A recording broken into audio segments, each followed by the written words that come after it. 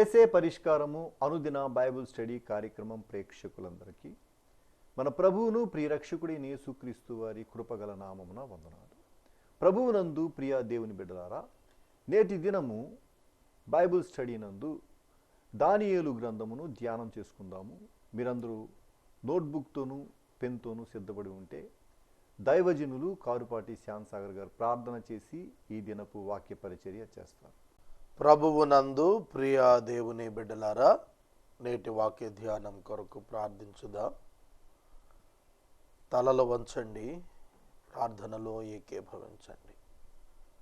మమ్మలను మికిలిగా ప్రేమిస్తున్న మా ప్రియ పరలోకపు తండ్రి, మీకు వందనాలు, స్తోత్రాలు. దానియేలు గ్రంథాన్ని ధ్యానిస్తుంటే హృదయం ఉప్పొంగుతోంది ప్రభు. అన్య దేశంలో నీ బిడ్డలు నిన్ను ఎలా మహిమపరిచారు, నిన్ను గూర్చి ఎలా సాక్ష్యం ఇచ్చారో తలుచుకుంటే శరీరం గగుర్పడుస్తోంది. మా దేశం అన్య దేశమే ప్రభు. మా దేశంలో జనులు విగ్రహారాధికులే. అలనాడు బబులోను సామ్రాజ్యం వలె మా దేశం కూడా విగ్రహారాధన చేత నిండిపోయి ఉన్నది. షడ్రక్, మెషక్, అబేద్నెగోల వంటి యువకులను నిన్ను రుజువు పరచగలిగినటువంటి దైవ సేవకులను లేపమని అడుగుచున్నాను. నేటి వాక్య ధ్యానం ద్వారా మాతో మాట్లాడమని యేసు పేరిట అడుగుచున్నాము తండ్రి, ఆమేన్. ప్రభువునందు ప్రియ దేవుని బిడ్డలారా, దయచేసి మీ పరిశుద్ధ బైబిల్ గ్రంథాన్ని తెరవండి. దానియేలు గ్రంథము 3వ అధ్యాయం మీ ముందుంచుకోండి. దానియేలు గ్రంథం 3వ అధ్యాయం అద్భుతమైనటువంటి అధ్యాయం. విగ్రహారాధికుడైన బబులోను సామ్రాజ్యాధినేత నెబుకద్నెజరు అతి గొప్ప విగ్రహాన్ని చేయించాడు. ఆ అతి గొప్ప విగ్రహం బంగారు ప్రతిమ. దానిని దేవతగా కొలువమని చెప్పాడు. దానిని కొలవకపోతే అగ్నిగుండంలో వేస్తా అన్నాడు. అయితే యూదుల సాంప్రదాయంలో విగ్రహారాధన చేయుటకు ఒప్పని జాతి యూదా జాతి. షడ్రక్, మెషక్, అబేద్నెగో మొక్కలేదని నెబుకద్నెజరుకు తెలిసినప్పుడు నెబుకద్నెజరు వారిని పిలిపించి తీవ్రంగా మాట్లాడాడు. వారు భయపడలేదు. చాలా కోపం వచ్చింది. అగ్నిగుండంలో విసిరివేయుటకు బలాఢ్యులను పురమాయించాడు. విసిరిన వారు కాలిపోయారు. విసరబడిన వారు అగ్ని తమ తల వెంట్రుకలకు, వస్త్రాలకు, శరీరాలకు తగలకుండా వారు అగ్నిలో సంచారం చేస్తున్నట్టు, వారి బంధకాలు ఊడిపోయినట్టు, వారి ప్రక్కన యేసుక్రీస్తు ప్రభు నిలిచి తిరుగాడుతున్నట్టు వాళ్ళు ఆ దృశ్యం చూచాడు నెబుకద్నెజరు. ఒక శాసనం చేశాడు. ఈ దేవుడు తప్ప ఏ దేవుడు లేడు. విగ్రహాలు తీసేశాడు. ఆ దేశంలో ప్రధాని మారిపోయాడు. ఆ దేశంలో రాజు మార్పు చెందాడు. ఒక యవనస్తుల యొక్క ధైర్యము, యవనస్తుల యొక్క త్యాగపూరిత సేవా జీవితము, uncompromising nature, uncompromising life style, their faith on God, ఇవన్నీ కూడా దేశాధినేతను మార్చటానికి, దేశంలో యెహోవాయే దేవుడనే శాసనం రావటానికి కారణమయ్యారు. ఇది 3వ అధ్యాయం. 2 అధ్యాయాలు మనం 10 దినాలుగా ధ్యానిస్తున్నాము. 3వ అధ్యాయం గంభీరమైన అధ్యాయం.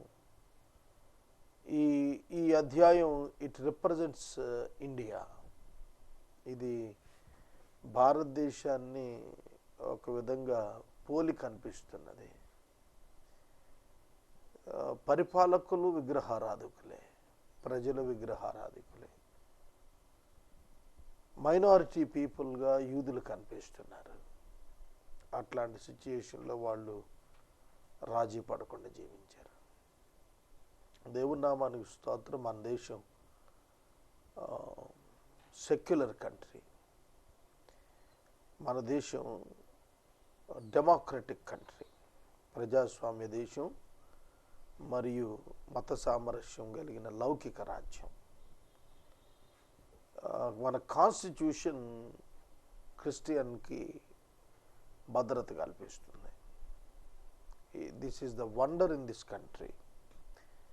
ఈ దేశంలో God's provision, Indian constitution, God's provision, Indian constitution, even though it is the democratic country, it is having the secular constitution. It is the wonder of God. భారతదేశంలో 2.3% Christians. Others belongs to other communities, major communities, Hindus, Muslims, Sikh, Jain. ఇట్లా క్రైస్తవుడు భద్రంగా ఉన్నాడు. అది constitution యొక్క గొప్పతనం. ఆ constitution లేకపోతే క్రైస్తవుడికి భద్రత ఉండదు. ఇప్పుడు భారతదేశం అంతా చర్చ నడుస్తుంది కదా, రకరకాలుగా మత సహనం లేని పరిస్థితులు ఉంటున్నాయని. దాని యొక్క ఛాయ మాత్రమే, దాని వాస్తవికత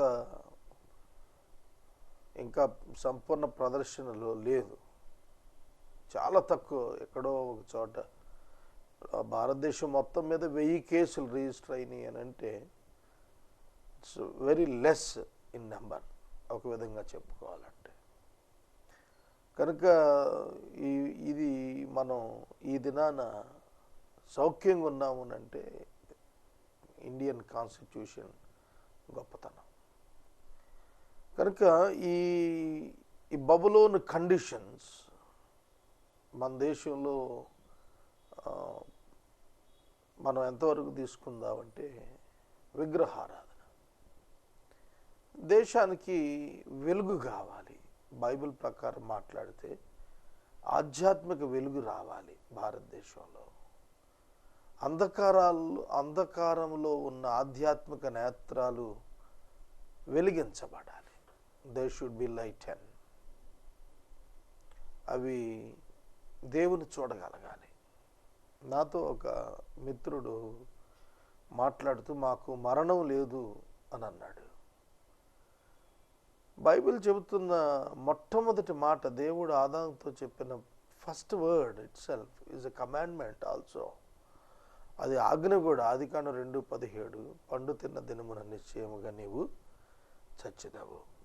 2వ అధ్యాయంలో హవ్వతో సాతానాడిన అబద్ధం, మీరు చావనే చావరు. సేమ్ డిసీట్, అదే మోసం. ఆదాము ఏదైనా వనం దగ్గర ఉన్నప్పటి నుండి ఇప్పటి వరకు మనుషులకు సాతానుడు చూపిస్తున్న సేమ్ డిసీట్, అదే మోసం. ఏమిటంటే you will not die. God said you will surely die, but Satan said you will not die. That is the conflict between God and the devil. ఇప్పటికీ ప్రజలకు మీకు మరణం లేదు అని భ్రమింపజేస్తోంది సాతాను. సోదరుడా, సోదరి, భారతదేశంలో ఇవాంజలిజం యొక్క అవసరత ఉన్నది. షడ్రక్, మేషక్, అబేద్నెగో ఇవాంజలిజంలో బోరబట్టుకొని తిరగలేదు. వారు దేవుని కొరకు నిలబడ్డారు, అంతే. దేవుని కొరకు నిలబడ్డారు. వారు విశ్వసించిన దాన్ని గట్టిగా పట్టుకున్నారు. ఆ విశ్వాసాన్ని ప్రజల ఎదుట ధైర్యంగా ఒప్పుకున్నారు. మనుషుల ఎదుట నన్ను ఒప్పుకొను అని నేను పరలోకంలో దేవుని ఎదుట ఒప్పుకుంటా అన్నాడు యేసు ప్రభు. బబులోను దేశం రాజు ఎదుట, ప్రజల ఎదుట మేము విగ్రహానికి మొక్కం, యెహోవానే పూజిస్తాం, మీరు అగ్నిగుండంలో వేస్తే మాకు అభ్యంతరం లేదు, మా దేవుడు రక్షించగలవాడు, రక్షించకపోతే చచ్చిపోతాం. ఎప్పుడైతే డిక్లరేషన్ ఇచ్చారో ఆ డిక్లరేషన్ ఆనర్ చేశాడు దేవుడు. చెప్పాడు కదా ప్రభు, మనుషులు ఎదుట నన్ను ఒప్పుకునేవాడిని నేను ఒప్పుకుంటానని. ఆయన he accepted them and they faith. అంతే, వారిని కాపాడటానికి దిగొచ్చి అగ్ని చల్లార్చాడు. అగ్నిలో తిరుగుతున్నారు కనుక ఈ దృశ్యం బబులోను దేశాన్ని మార్చేసింది. ప్రపంచంలో ఒక విప్లవాత్మకమైన మార్పు ప్రపంచ రాజకీయ ముఖ చిత్రంలో ఈ యవనస్తులు తీసుకుని రాగలిగారు. కనుక uncompromising nature, uncompromised Christian character మనం కలిగి ఉంటే చాలు. ఈ దినం నన్ను ఒకరు క్రిస్మస్ ప్రోగ్రాంకి ఖాళీ ఉందా అని అడిగారు. నేను ఉన్నదని చెప్పాను, వస్తానని చెప్పాను.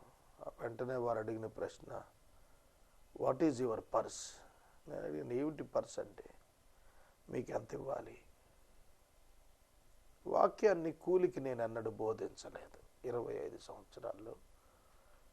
I never preached the gospel for the sake of the money, to earn the money. It's not my job. వాళ్ళు ఆలోచించుకొని చెప్తా ఉన్నారు.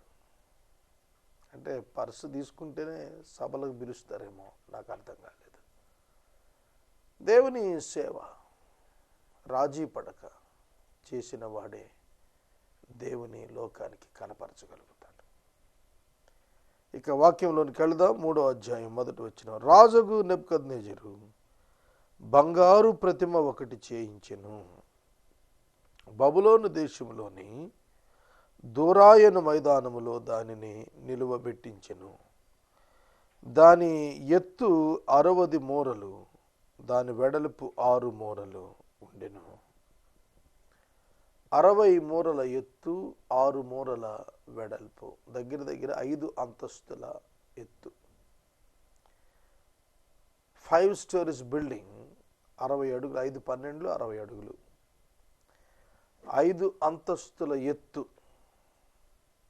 6 మూరలు వెడల్పు. అంతటి బంగారం ఒక విగ్రహంలో పెట్టాడు తీసుకెళ్ళి. విగ్రహాన్ని బంగారంతో ఎందుకు చేయించాడు? అది ప్రశ్న. నిర్గమాకాండంలో ఐగుప్తు దేశం నుండి వెలుపటికి వచ్చిన ఇశ్రాయేలు జనాంగం సీనాయి పర్వతం దగ్గరకు వచ్చినప్పుడు దేవుడు సీనాయి పర్వతం మీదకు మోషేని పిలిచి తీసుకుని వెళ్ళి 40 దినాలు అతడు అక్కడ ఉండిపోయాడు. ఆ 40 రోజుల్లో ఓపిక నశించిన ఇశ్రాయేలు జనాంగం మోషే అన్నగారైన అహరోను దగ్గరికి వచ్చారు. మోషే ఏమైపోయాడో మాకు తెలియదయ్యా, మమ్మల్ని నడిపించిన యెహోవా ఎక్కడున్నాడో మాకు అర్థం కావట్లేదు, కాబట్టి మాకు యెహోవాను తయారు చేయి. యెహోవా కనబడటం లేదు కాబట్టి కనబడేటట్టుగా మాకు యెహోవా కావాలి. హృదయ శుద్ధి గలవారు ధన్యులు, వారు దేవుని చూచెదరు అనే వాక్యం కేవలం న్యూ టెస్టిమెంట్లోనే సాధ్యమా? ఓల్డ్ టెస్టిమెంట్లో అది అప్లై అయ్యే వాక్యం కాదా? Even in the old testament, పాత నిబంధనలు సహితం ఆ వాక్యం అప్లై అవుతుంది. హృదయ శుద్ధి గలవారు ధన్యులు, వారు దేవుని చూస్తారు. ఆత్మలో దేవుని యొక్క సాక్షాత్కారత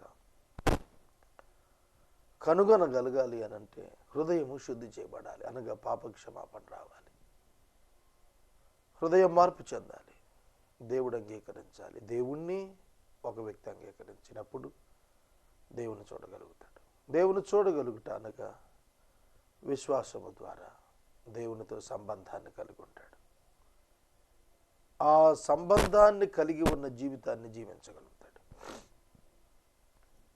కనుక వాళ్ళు విశ్వాసం ఉంచి దేవుని చూడాల్సిన వారు విగ్రహం చేత దేవుణ్ణి కలిగి ఉందామనే ఆలోచనకు వెళ్ళారు. దేవుడు ఈ దృశ్యం ఆయన ఎరిగినవాడు. అక్కడ మోషేకి ఆజ్ఞాయిస్తున్నాడు, నేను తప్ప వేరొక దేవుడు మీకు ఉండకూడదు, వేరొక విగ్రహం ఏ రూపంలో మీరు చేసుకోకూడదు. ఆకాశం ముందున్న, భూమి మీద ఉన్న, భూమి కింద నీళ్లలో ఉన్న ఏ రూపాన్ని మీరు విగ్రహంగా చేసుకోకూడదు, దేవుని నామాన్ని వ్యర్థంగా ఉచ్చరించకూడదు, ఇలా ఆజ్ఞలు ఇచ్చాడు. ఇక్కడ అహరోను దగ్గరకు వచ్చినప్పుడు అహరోను గారు ఒక సలహా ఇచ్చాడు. అహరోను ఐగుప్తులో గోల్డెన్ ఐడల్స్ చూశాడు. ఎందుకంటే అక్కడ బంగారపు విగ్రహాలు ఉన్నాయి, అందుకే బంగారం తెమ్మన్నాడు. బంగారం తీసుకొని వచ్చిన తర్వాత దాన్ని అగ్నిలో వేసి పోకరతో దూడగా చెక్కాడు. దూడ ఆకారం చెక్కాడు, దూడను దేవుడు అని చెప్పాడు. ఫిలిస్తీన్లు బంగారు పందికొక్కులను విగ్రహాలుగా చేసుకున్నారు. వారు వాటిని పూజించారు. ఐగుప్తీయులు దూడల్ని బంగారంతో చేసుకొని పూజించారు. ఐగుప్తులో 400 సంవత్సరాలు ఉన్నారు కదా. ఇజ్రాయేలీలు కూడా అహరోను ద్వారా ఒక దూడను బంగారంతో చేసుకున్నారు. కనుక మనకు అర్థం కావాల్సింది ఏమిటంటే దేవుణ్ణి మనం తయారు చేసుకోవాలి. ఇది భక్తేనా? భక్తిగానే కొనసాగింది. ప్రపంచ చరిత్రలో భక్తిగానే కొనసాగింది. మాదీయ, పారసీక, కల్దీయ, రోమన్స్ ఎవరి పరిపాలనలో తీసుకోండి, మతంలో విగ్రహానికి చోటు ఉంది. క్రైస్తవ్యంలో విగ్రహానికి చోటు లేదు. యూదులు విగ్రహాన్ని అంగీకరించరు. విగ్రహము ఆరాధన దేవుణ్ణి అవమానపరిచినట్లుగా దేవుడు భావిస్తాడు. అదే ఇక్కడ మనం చూస్తున్నప్పుడు నెబుకద్నెజరు బంగారు ప్రతిమ బబులోను దేశంలో తోరాయను మైదానములో ప్రతిష్ఠ చేయటం కొరకు సిద్ధం చేయబడుతుంది. 60 అడుగుల ఎత్తు, 6 మూరల వెడల్పు. అట్టి గొప్ప విగ్రహం, అంత గొప్ప విగ్రహం చూస్తే సాధారణంగానే సాగిలపడిపోతారు కదా. మనం ఏలూరులో పెద్ద బజార్లో బుద్ధ విగ్రహం చేసి పెట్టారు, ఆ చెరువు లోపట, చేపల మార్కెట్ దగ్గర. హైదరాబాద్లో ట్యాంక్ బండ్లో బుద్ధుడి విగ్రహం చేసి పెట్టారు. చాలా పెద్ద విగ్రహాలు ఇవి. అలాగే మనం హైవేలో ఏలూరు బైపాస్ నుండి హైవే ఎక్కేటప్పుడు ఒక పెద్ద ఆంజనేయ స్వామి విగ్రహానికి ప్లాన్ చేశారు. అది వర్కౌట్ అవ్వలేదు, వర్క్ జరుగుతుంది. అలాగే జగ్గయ్యపేట వెళ్ళే దారిలో ఎడమ భాగంలో హైదరాబాద్ రూట్లో అతిపెద్ద సిమెంట్ విగ్రహం ఆంజనేయ స్వామిది ఉన్నది. అలాగే అల్లంపురంలో కూడా విగ్రహం ఉంది. కనుక విగ్రహాలు భారతదేశంలో కొత్త కాదు. అయితే బైబిల్లో దేవుడు విగ్రహం ఎందుకు వద్దన్నాడు? విగ్రహం పెట్టుకోక్కర్లేదు. ఎందుకంటే దేవుడు వారి మధ్య ఉండటానికి, సహవాసం చేయటానికి ఇష్టపడ్డవాడు. ఆయన లక్షణాలు విగ్రహానికి లేవు, అందుకే వద్దన్నాడు. ఆయన లక్షణాలు, ఆయన సజీవుడు, విగ్రహం జీవం లేనిది. ఆయన మాట్లాడతాడు, విగ్రహం మాట్లాడలేదు. ఆయన చూస్తాడు, విగ్రహం చూడలేదు. దేవుడు వింటాడు, విగ్రహం వినలేదు. కనుక విగ్రహం ద్వారా దేవుణ్ణి అవమానం చేసినట్టు. చూడండి, మనం బ్రతుకున్న వాళ్ళు ఎవరికి విగ్రహం పెట్టాం, చనిపోయిన తర్వాత విగ్రహాలు పెడతాం. రాజశేఖర్ రెడ్డి గారు చనిపోయినాక విగ్రహాలు పెట్టాం, గాంధీ గారు చనిపోయినాక విగ్రహాలు పెట్టాం, అబ్దుల్ కలాం గారు చనిపోయినాక ఇప్పుడు చాలామంది విగ్రహాలు పెట్టిస్తున్నారు. బ్రతుకుండగా విగ్రహం పెట్టి ఇదిగో ఇన్ని విగ్రహం పెట్టామని ఎవరు అనరు. చనిపోయిన వరకు విగ్రహాలు పెడతాం. విగ్రహం పెట్టినప్పుడు ఆ వ్యక్తి గౌరవార్థంగా పెట్టినప్పుడు, జ్ఞాపకార్థంగా పెట్టినప్పుడు అతడు చనిపోయినాకే దేవుని గురించినటువంటి విగ్రహాలు పెట్టినప్పుడు ఆ లక్షణాలు దేవునికి సరిపడటం లేదు. అందుకే దేవుడు వద్దన్నాడు. మీరు ఇంకో విషయం గమనించాలి. బైబిల్ గ్రంథంలో ఫిలిస్తీయులు, అమాలేకీయులు, పెరిజ్జీయులు, హివ్వీయులు, హిత్తీయులు, ఎబూసీయులు, కల్దీయులు, కనానీయులు, ఐగుప్తీయులు, అషూరీయులు, ఇట్లా రకరకాల జాతులు ఉన్నాయి. వీటిల్లో ఏ జాతి దగ్గరికి వెళ్ళి కూడా మీరు విగ్రహం పెట్టద్దు అని దేవుడు అనలేదు. కేవలం యూదులకు మాత్రం చెప్పాడు విగ్రహం పెట్టద్దు. ఎందుకు పర్టికులర్గా వాళ్ళకు చెప్పాడు? ఇది మీరు తెలుసుకోవాలి వ్యత్యాసం. దేవునితో నిబంధనకు వచ్చిన జనులు విగ్రహారాధన చేయకూడదు. దేవుని ఎరిగిన ప్రజలు, దేవుని చేత ఎరుగబడిన ప్రజలు, దేవుని ఎరిగిన ప్రజలు, దేవుని చేత ఎరుగబడిన ప్రజలు, దేవునితో సంబంధం కలిగిన ప్రజలు, నిబంధన క్రిందకు వచ్చిన ప్రజలు ఆయన సన్నిధిని తమతో కలిగి ఉంటారు. బైబిల్లో యెహోషువ గ్రంథంలో హాయి పట్టణం మీదకు ఇశ్రాయేలీయులు చాలా కొద్ది మంది, 3000 మంది యుద్ధానికి వెళ్ళారు. వెళితే అక్కడ ఓడిపోయారు. యెహోషువ చాలా ఏడ్చాడు. దేవా ఏమిటయ్యా అని చెప్పి మోకరించి ప్రార్థన చేస్తున్నాడు. చేస్తుంటే ప్రభువు మాట్లాడారు. నువ్వు నా దగ్గరికి వచ్చి ఏడుస్తావు ఎందుకు? పాళెములోకి వెళ్ళు, పాళెంలోకి వెళ్ళు, అక్కడ అపవిత్రత ఉంది, ఫస్ట్ క్లీన్ దట్, దాన్ని తొలగించి రా, అప్పుడు చేస్తాను.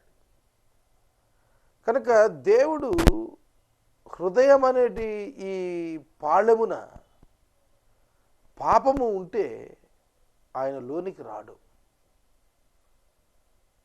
కనుక ఇశ్రాయేలీయులు గాడ్స్ ప్రజెన్స్ తమతో కలిగి ఉండటానికి కారణం నిబంధన.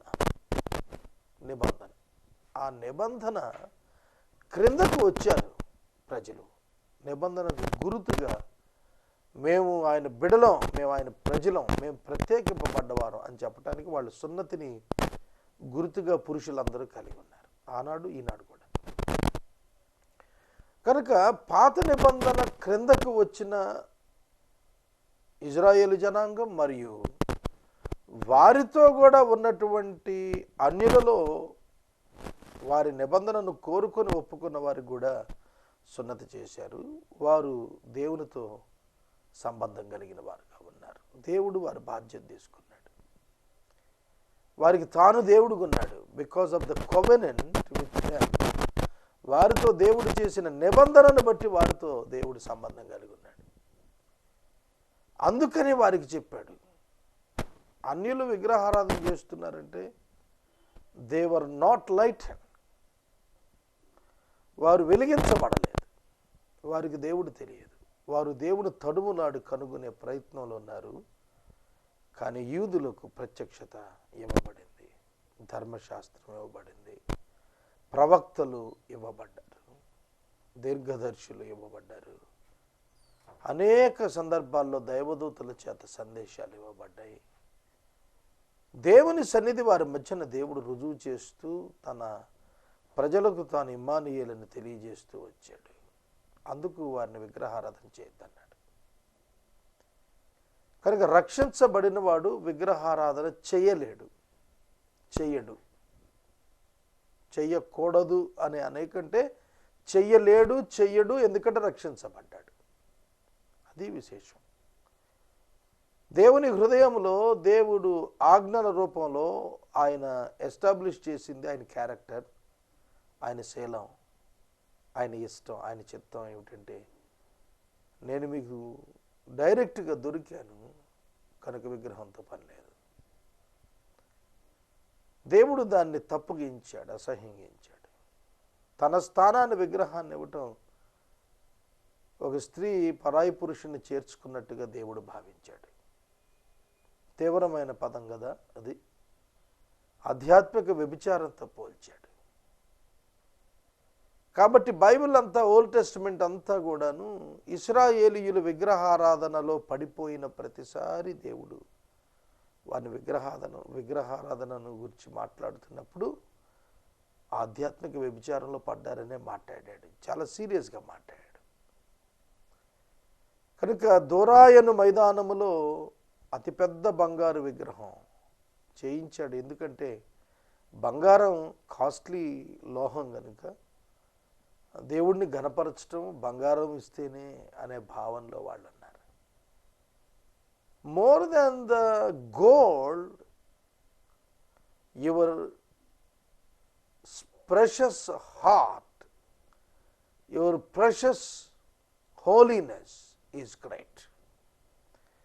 నీ మెడలో వేసుకున్న బంగారం కంటే దేవుడు నీ హృదయంలో ఉండటం గొప్ప. హృదయ శుద్ధి గొప్ప. హృదయం మీద వేలాడే బంగారపు గొలుసు కంటే హృదయం లోపట ఉన్న పరిశుద్ధత గొప్పది. దేవాలయం బంగారంతో కట్టిన లోపట దేవుడు లేకపోతే ఎందుకు వ్యర్థం? కనుక బలిపీఠం కంటే దేవుడే గొప్పవాడు. ఇది యూదులకు కూడా ప్రభువు తెలియజేశాడు. పౌలు గారు కూడా హెచ్చరిక చేశాడు. కనుక విగ్రహము ఎందుకు అపోజ్ చేయబడింది అనే దాని మీద నేను వివరణ మీకు తెలియజేశాను.